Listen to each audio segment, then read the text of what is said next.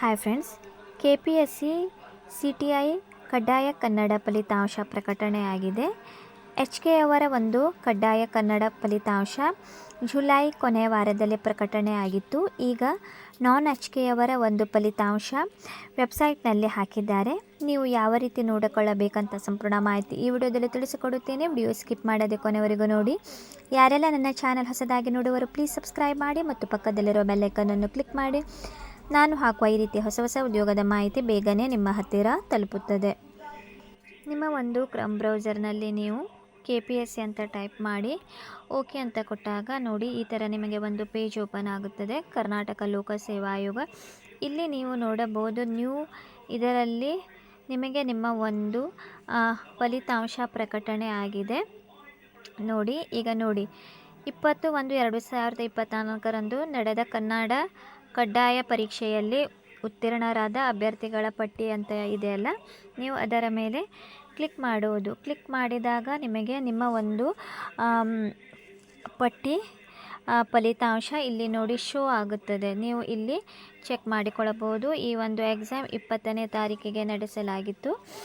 ನೀವು ಇಲ್ಲಿ ನೋಡಬಹುದು, ಇಲ್ಲಿ ಅವರ ಒಂದು ರಿಜಿಸ್ಟ್ರೇಷನ್ ನಂಬರ್ ನೀಡಿದ್ದಾರೆ.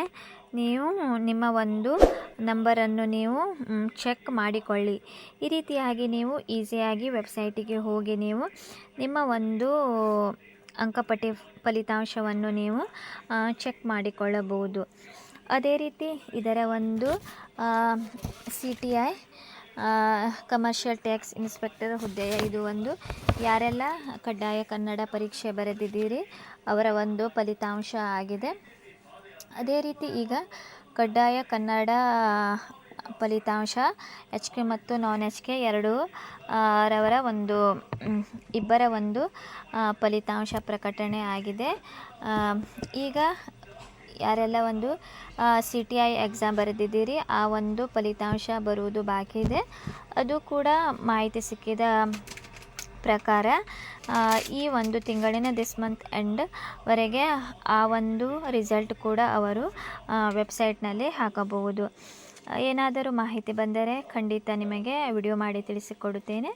ಅದೇ ರೀತಿ ನೀವು ವೆಬ್ಸೈಟಿಗೆ ಹೋಗಿ ಈಸಿಯಾಗಿ ನೀವು ನಿಮ್ಮ ಒಂದು ರಿಸಲ್ಟನ್ನು ನೋಡಿಕೊಳ್ಳಬಹುದು.